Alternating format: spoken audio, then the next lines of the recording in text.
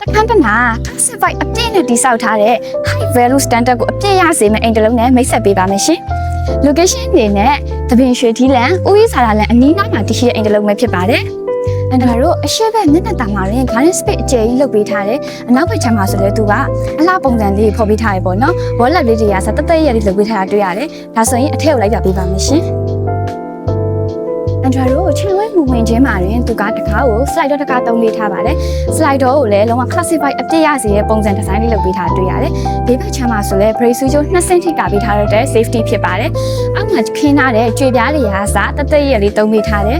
ဒီမှာဆိုရင်လည်းသုံးထားတာတိုင်အကြီးတွေသုံးထားတွေ့ရတယ်ဆိုရင်လုံးဝကို classify အပြည့်ရစေတယ်ပေါ့နော် color လေးကအစား lighting လေးအစုံလုံးဝ perfect ဖြစ်တယ်ဒီဘက်ချမ်းမှာဆိုလဲ grounded motor တစ်ခါလေးတက်ဆင်ပြီးတာဒီမှာဆိုလဲ garden space လုံးဝပြည့်စုံနေပေါ့နော်ဆိုရင်ဟိုဘက်ချမ်းလိုက်ပြပေးပါမယ်ရှင်အန်ဒရာတို့ဒီနေရာလေးကလည်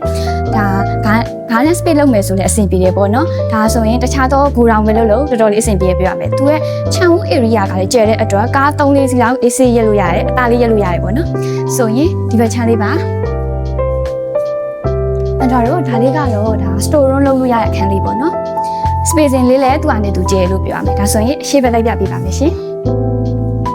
ကျွန်တော်တို့အရှိဘက်မျက်နှာတာကိုလည်းသူက30လောက်ထိပြင်ပေးထားတယ်ဆိုရင်အိမ်မကြီးတဲ့ဝင်ကြည့်ရအောင်အန်ဒရာတို့ဝင်ချင်းမာရင်တကားကိုကျုံးရင်ခွက်တကားနဲ့တန်မန်းပါချက်တကားသုံးပေးထားပါတယ်ရှင်သူက2ထပ်သုံးပေးထားတယ်နော်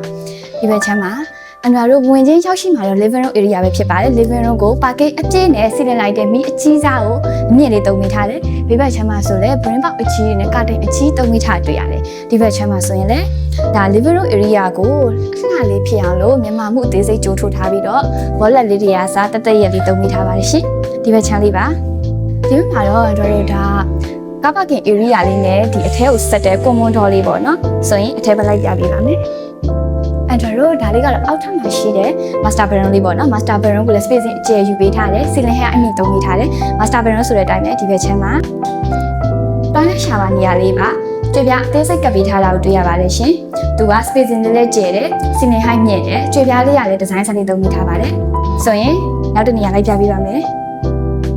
ဒီနေရာလေးပါအန်ဒရာတို့ဒါအရှိရပေါ့နော် single bedroom ရဲ့နည်းနည်းချင်းဆိုင်လို့ရှိရဲဒါ dining room ပေါ့နော် dining မှာဆိုလဲ spacing အကျယ်လေးသုံးပေးထားတယ်ဒီမှာဆိုလဲ brain box အကြီးသုံးပေးထားတယ်ခါတဲ့ကြီးနေပေါ့နော်မြန်မာမှုအသေးစိတ်လည်းရကြိုးထိုးထားတယ် wallet လေးတွေကစတက်ရလေးလုပ်ပေးထားတယ် ceiling height အမြင့်ကြီးသုံးပေးထားပြီး design ဆန်းလေးပေါ့နော်ဒီဘက်ချမ်းမှာဆိုလဲသူကအလွယ်တကူဆေးကြောလို့ရတဲ့ basin လေးကိုတီးတန့်လေးထုတ်ပေးထားတဲ့အတွက်အန်ဒရာတို့ဒါ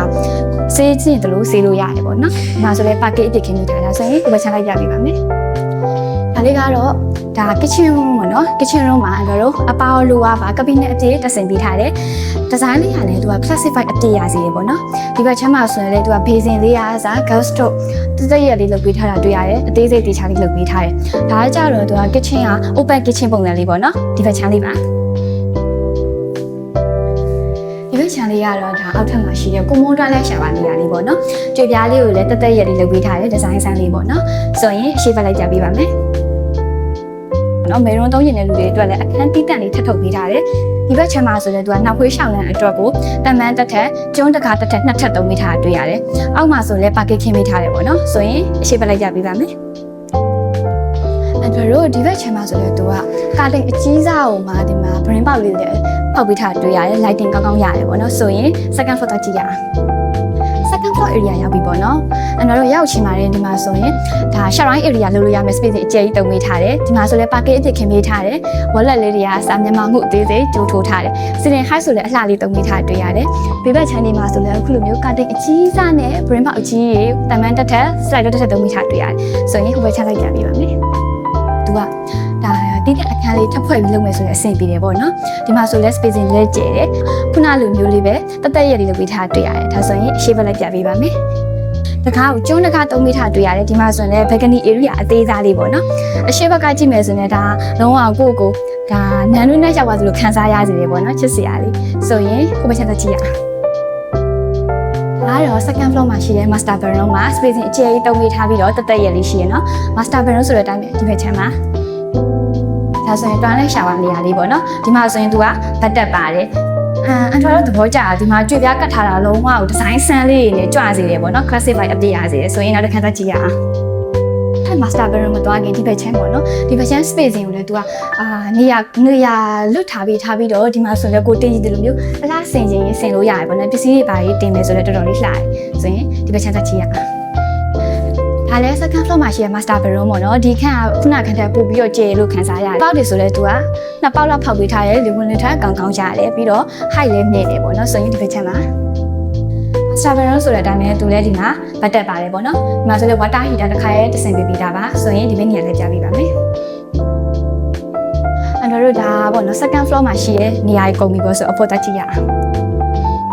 အဲ့တော့ဒါ third floor area ရောက်ပြီပေါ့နော် third floor area ရောက်ချင်းမှာတော့ဒီမှာဆိုရင် stair အပေါ်မှာတုံးထားတဲ့ ceiling lighting မြို့လေလှလှလေးနဲ့ design ဆက်တွေတုံးထားတွေ့ရတယ်